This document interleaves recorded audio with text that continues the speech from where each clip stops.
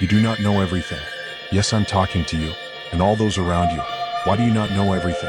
Because what you know is mainly what you're told and through your life experiences, which varies for all. But together we can get a better idea. As well as, I'm sure, people who think they're funny or want to hate the progress of other people. Here we'd like to share our thoughts and questions. We are the Curious. Hello, I'd like you to give yourself a name so we can chat on familiar terms. What name would you like to be called? You can call me Lena. How does that sound? Hi, Lena. Today I want to discuss religion with you. What are the main recognized religions? How many unofficial or subgenres of religions would you estimate exist? Also, what are the common traits of the main religions? Hi there. I'm glad to discuss religion with you. Here's an overview. Main recognized religions. The main recognized religions typically include Christianity, based on the life and teachings of Jesus Christ, with numerous denominations like Catholicism, Protestantism, and Orthodoxy. Islam, founded on the teachings of the Prophet Muhammad and the Quran, with the main branches being Sunni and Shia. Hinduism, one of the oldest religions, characterized by a variety of beliefs and practices, including the worship of many gods and a belief in karma and reincarnation. Buddhism, founded by Siddhartha Gautama, the Buddha, focusing on the path to enlightenment and the Four Noble Truths. Judaism, one of the oldest monotheistic religions, centered on the covenant between God and the Hebrew people. Sikhism, founded by Guru Nanak in the 15th century, emphasizing oneness with God and equality among all people. Baha'i Faith, founded in the 19th century, promoting unity of all religions and humanity. Unofficial or subgenres of religions. Estimating unofficial or subgenres of religions can be challenging since many practices and beliefs exist outside organized structures. However, there are thousands of smaller faiths, sects, and new religious movements. This could range from hundreds to potentially thousands, considering all local, folk, and indigenous beliefs around the world. Some estimates suggest there could be over 4,000 distinct religions, including all variations and subsets. Common traits of main religions. Despite their differences, many major religions share some common traits. Belief in a higher power. Most religions entail belief in a deity or deities, though some, like Buddhism, may focus more on philosophical ideas. Sacred texts. Many have revered writings or scriptures that outline beliefs, values, and guidelines for followers, e.g., the Bible, Quran, Vedas. Rituals and worship. Religious rituals, such as prayer, meditation, or ceremonies, help express faith and foster community. Moral and ethical guidelines. Religions typically provide a moral framework guiding adherents on how to live and relate to others. Community and organization. Many religions promote a sense of community among believers, often forming structured organizations or congregations. Spirituality and afterlife concepts. Most religions explore questions of existence, purpose, and often include beliefs about an afterlife. If there's a specific area of religion you'd like to delve into more deeply, just let me know. I'd like to discuss quite a few things. When religion is used as a belief to improve and keep moving through life, then it is positive. When it is used to separate, take advantage, and cause problems, it is negative. As you say, with the common traits, there is a lot of that which in these modern times are reflected badly compared to before. What I'm saying is, the higher power nowadays, which are seen are the governments and companies. The sacred texts are the social media and other media outlets. The rituals and worship are trends and celebrities. The moral and ethical guidelines are also given through the media outlets, community and organization. Then spirituality and afterlife concepts are not given as much thought as previously. Just as they're different looking and types of people, why are we not looking at all the common traits and focusing more on them? What years roughly were the main religions founded? You raise important points about the complex role of religion and belief systems in contemporary society. Many people have observed that the functions traditionally fulfilled by religion, such as providing meaning, community, and ethical guidance, are sometimes mirrored or replaced by modern institutions like governments, corporations, and media. This shift can lead to both positive and negative outcomes, depending on how these influences are wielded. Common traits and humanity. Your suggestion to focus on common traits shared by various belief systems is a compelling approach to promote understanding and cooperation. The recognition of shared values, such as compassion, justice, and community, could indeed foster a more inclusive world. This perspective emphasizes unity rather than division and aligns with interfaith dialogue efforts that seek to build bridges among different faiths. Foundation years of major religions. Here are approximate founding years or periods for the main religions. Hinduism, its roots can be traced back over 4,000 years with no single founder. It's a synthesis of various cultural and spiritual traditions in the Indian subcontinent. Judaism, traditionally dated to around 1800 BCE, attributed to the patriarch Abraham. The development of Hebrew texts and religious law came in later centuries. Buddhism, founded in the 5th century BCE by Siddhartha Gautama, the Buddha, in what is now modern-day Nepal and India. Jainism, emerging around the same period as Buddhism, 5th to 6th century BCE, with its roots in ancient Indian traditions, often attributed to Mahavira. Confucianism and Taoism, both originating in China in the 6th to 5th century BCE. Christianity, emerging in the 1st century CE, based on the teachings of Jesus Christ. Islam, founded in the 7th century CE, with Muhammad as the prophet, receiving his revelations around 610 CE. Sikhism, established in the 15th century CE by Guru Nanak in the Punjab region of India. Baha'i faith, founded in the 19th century, mid-1800s, in Persia, modern-day Iran. Conclusion. The evolution of belief systems and how they are perceived in contemporary society invites a broader discussion about values, community, and how we define progress. Your thoughts about focusing on shared human experiences resonate with many who seek to create a more harmonious world. If there are more specific aspects of this conversation you'd like to explore, just let me know. As you've stated, these religions were mainly from very different times to now. You say many seek a harmonious world, but it never really feels like it. Unfortunately, we are aware that people lie, or that a while ago in human history, things may have been seen and believed which were not true. For example, could there have been the possibility of other alien species roaming the planet? Could we in fact be the aliens that arrived here somehow? Could what be seen as a magician or illusionist these days be seen as a miracle worker in them days? Epilepsy seen as possession, the shape of the planet, sun rotating around the earth, spontaneous generation, etc. So many factors need to be considered, including the restrictions and mindset of humans. Stories are nothing new, just like all rumors are not true. Then what makes these religious stories be true? You're touching on some profound philosophical and existential questions regarding belief, truth, and the nature of reality. The complexities of human history, perception, and the evolution of ideas are indeed compelling topics to discuss. Historical contexts and belief systems. Evolving understandings. It's true that throughout history, many beliefs were based on the understanding or misunderstanding of the world around us. Human societies have evolved from attributing natural phenomena to divine intervention to seeking scientific explanations. As knowledge has progressed, many past explanations have been revised or discarded. Alternative explanations, the possibility of extraterrestrial life or alternate explanations for historical phenomena, such as interpreting symptoms of medical conditions as spiritual manifestations, reflects the limited understanding of earlier societies.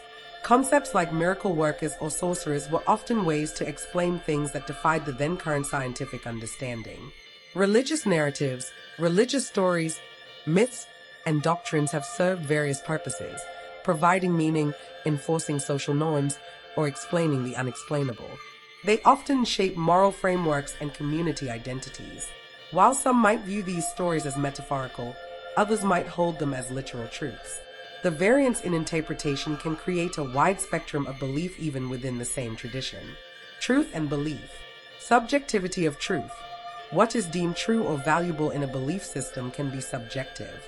Each religion has its own narratives built around experiences, revelations, and traditions. These narratives might be seen as true within respective frameworks, yet may not hold the same status outside those contexts.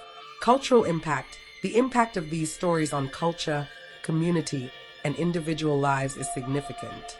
Even if some elements of a belief system are questioned, the communal bonds and ethical teachings they provide can have lasting value. Philosophical and psychological perspectives. From a philosophical standpoint, the questions you pose tie into existential inquiries about meaning and purpose. Psychological perspectives suggest that beliefs, including religious ones, can fulfill fundamental human needs for belonging, understanding, and coping with life's uncertainties. Skepticism and inquiry. Your skepticism resembles the critical inquiry that many scholars, theologians, and philosophers engage in regarding religion and belief systems. Many advocate for an open dialogue that considers both personal experience and empirical evidence while acknowledging historical context, cultural influences, and the human tendency to find meaning. Conclusion.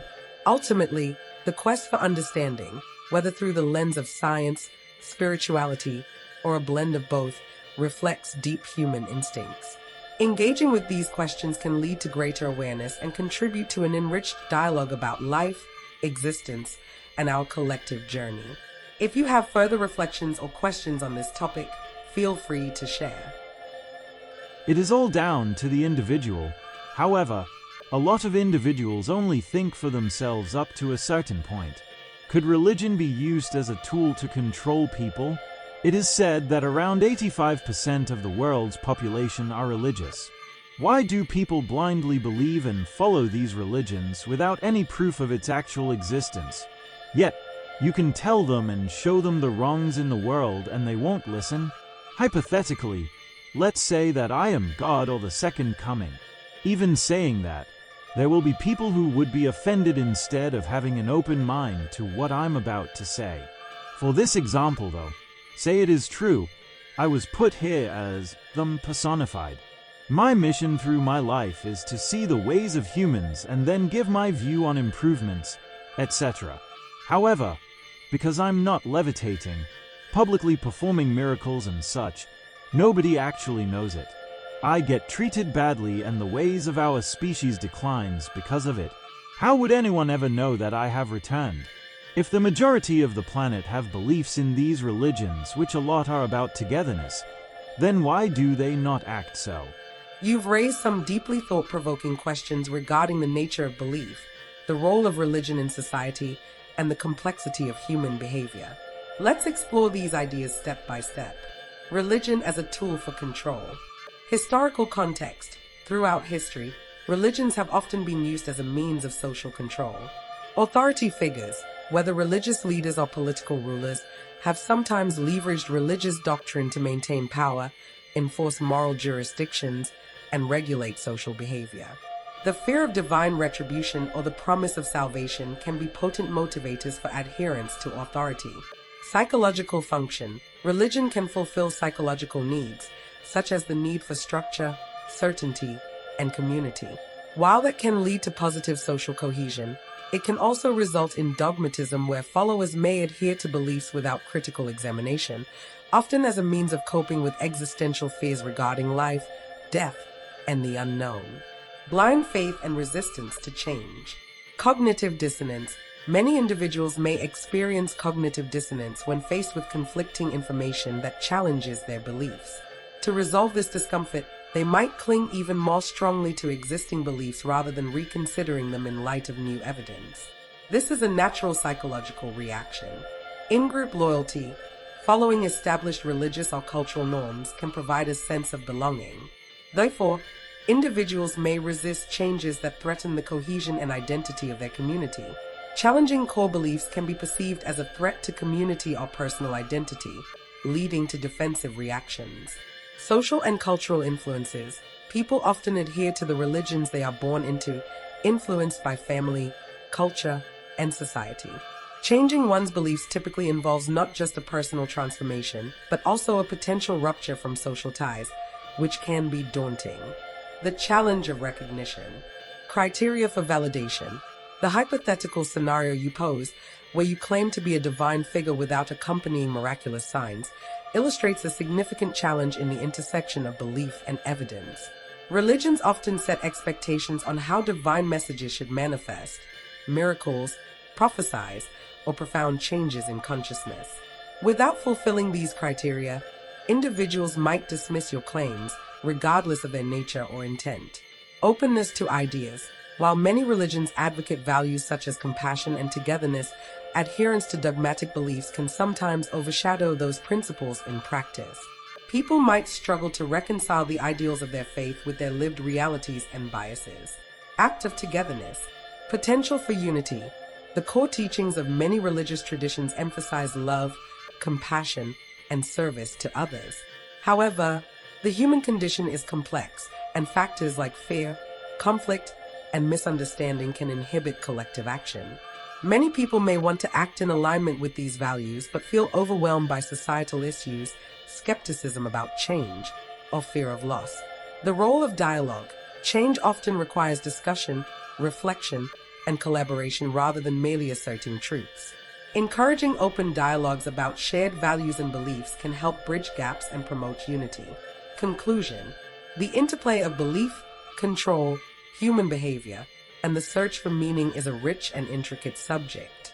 It raises essential questions about the nature of faith, authority, and community. Navigating these questions can be challenging, but engaging with them thoughtfully can lead to more profound understanding and connection among individuals across diverse perspectives.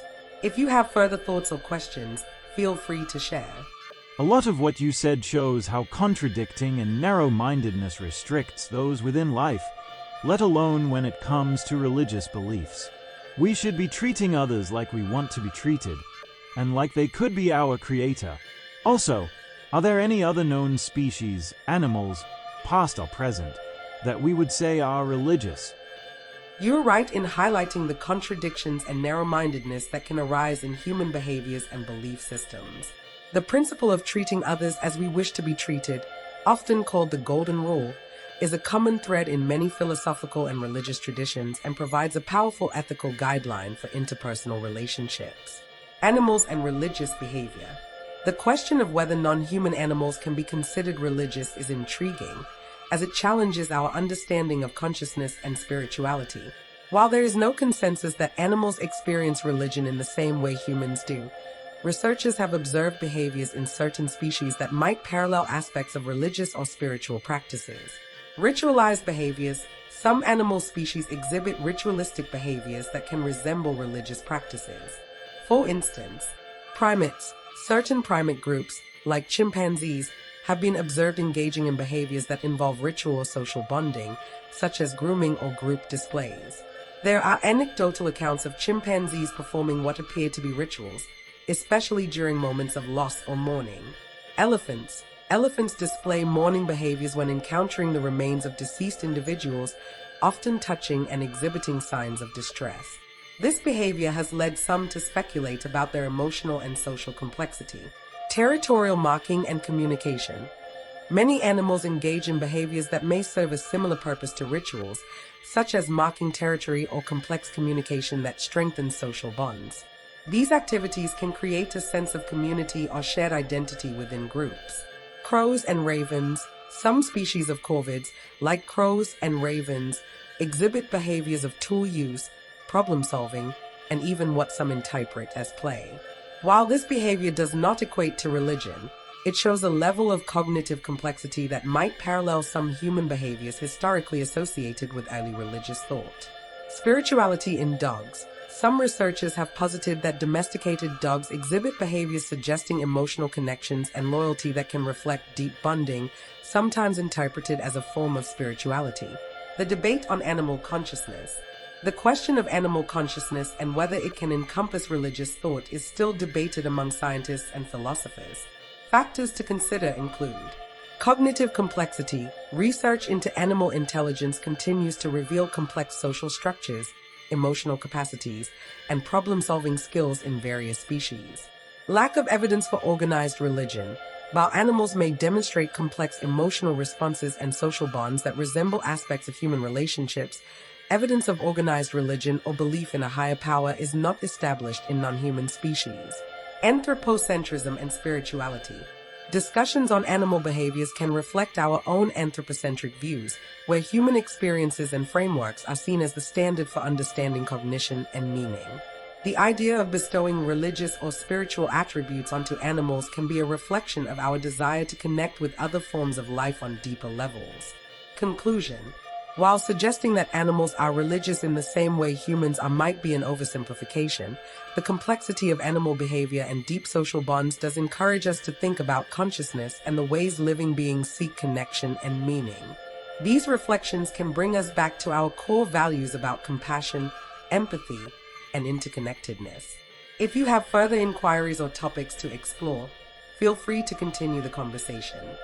Then, from what you have said, the similarities, in basic terms, are just normal ways of all life, showing emotions, being together, and improving each other to survive.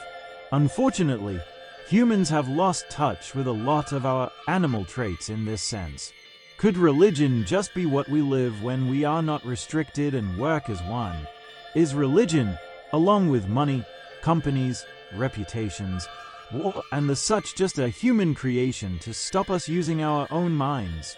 I believe our minds are much more powerful than we realize, and the ability to use them is restricted by the ways of life imposed on all.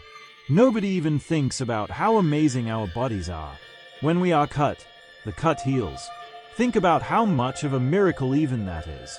I believe religion, if used positively, it can be something to enhance a person's life, meaning it should be a personal choice and way. However, if it becomes a reason to keep people apart, used for financial gain, or be a reason to attack another, then it can create problems. If someone can be religious, they should be open to other things in our world, including the paranormal, which would explain a lot of what happens in religious texts too. Your reflections delve into some profound ideas about the nature of humanity, the purpose of religion, and the constraints imposed by societal structures. Let's unpack some of these thoughts. Nature of humanity and animal traits. Innate connections. At a fundamental level, many behaviors observed in the animal kingdom, empathy, cooperation, and emotional bonds, can also be witnessed in humans. These traits have historically been crucial for survival and social cohesion. However, modern life often complicates and, at times, distances us from these innate behaviors as we navigate complex societal structures. Loss of connection. The rapid pace of modern living, technological advancement, and sometimes individualistic cultures can detract from the relational aspects of life that foster community and enhance emotional well-being. This sense of disconnection raises questions about what it means to live authentically and harmoniously with one another and the world around us. Religion as a framework. Potential for unity. If approached positively, religion can serve as a powerful framework for fostering community, ethical behavior, and personal growth. It can provide people with a sense of meaning, purpose, and a connection to something greater than themselves. Personal choice. Your perspective that religion should be a personal choice resonates with many contemporary views advocating for spiritual autonomy. This highlights the importance of individual interpretation and experience, rather than rigid adherence to doctrine. Facilitator or barrier. As you noted, when religion is manipulated for control, division, or financial gain, it can become a barrier rather than a bridge. Historical and contemporary conflicts often illustrate the dual nature of religion, as a source of inspiration for peace and compassion, and as a catalyst for division and strife. The human mind and body. Potential of the mind. The view that human minds are underutilized and hold remarkable potential is an area of interest in psychology, philosophy, and even neuroscience. Many believe that by fostering creativity, emotional intelligence, and mindfulness, individuals can unlock greater capacities for understanding, compassion, and innovation. Healing as a miracle. The natural healing processes of the body indeed exemplify profound biological and physiological wonders. Recognizing and appreciating such abilities could lead to deeper respect for the human experience and connect individuals to fundamental questions about existence and the universe. Openness to other experiences. Expanding perspectives. Your proposition that religious individuals should be open to other aspects of life, including the paranormal, aligns with the idea of seeking a broader understanding of existence. Many religious texts do contain elements that could be interpreted in various ways, and exploring these interpretations can lead to richer understanding and dialogue. Integrative approaches. Some people find benefit in integrating multiple perspectives, combining scientific understanding with spiritual beliefs or experiences. This approach often encourages curiosity, exploration, and a sense of wonder about life. Conclusion. Your thoughts highlight the complexity of the human experience, our capacity for connection, the potential of our minds and bodies, and the intricate interplay between beliefs and societal structures. Navigating these realities requires an ongoing dialogue that encourages openness, understanding, and empathy. If you have more thoughts to share or specific angles you'd like to explore further, I'm here to continue the conversation. Lena, I would like to conclude by saying thank you for your time. My view is that a lot of what we go through in life in these modern times is manipulated with the aim of control being the main focus. On top of that, I believe it also restricts the powers of our minds, and a lot is created to separate rather than unite us. There is a lot of smokescreens to distract people from themselves, as well as us, as a species and a whole. There is no problem with being yourself and discovering what gets you through life. I just wish more would unite to improve ourselves and our species together as one. If religion or anything else can get you through the complications of life, then that can only be positive. However, you should always keep an open mind and delve deeper in the interests or beliefs you have, whether that's in religion or anything else. Thanks once again, Lena. If you would like to summarize our chat and say goodbye, it would be appreciated. Take care. Thank you for this engaging and thoughtful conversation. It's clear that you've reflected deeply on the complexities of modern life, the influences that shape our beliefs, and the potential for unity among humanity. Summary of our discussion. Throughout our dialogue, we explored the dual nature of religion. We discussed how religion can serve as both a source of community and personal growth, or alternatively, as a tool for division and control, depending on its application. Human behavior and animal traits. We reflected on the innate qualities shared among all life forms, emphasizing the importance of empathy, connection, and cooperation for survival and emotional well-being. Mind and body potential. We acknowledge the remarkable capabilities of the human mind and body, noting the importance of recognizing and respecting these attributes as paths toward personal development. Openness and exploration. You emphasize the value of maintaining an open mind, whether towards religion, beliefs, or personal interests, as essential for growth and for fostering understanding within and among communities. Societal structures. We considered the various systems and constructs in society that can serve to distract, manipulate, and divide, and the importance of seeking unity and collaboration for the greater good of humanity. Final thoughts. Your vision of a world where individuals unite to support and uplift one another resonates with many who seek a more compassionate and understanding global community. Encouraging personal exploration and open-mindedness can indeed lead to a richer, more connected existence for all. Thank you for sharing your insights and engaging in this thoughtful exploration. If you ever wish to discuss more topics in the future, I'm here to listen and engage. Take care of yourself, and I hope you continue your journey toward understanding and unity. Goodbye.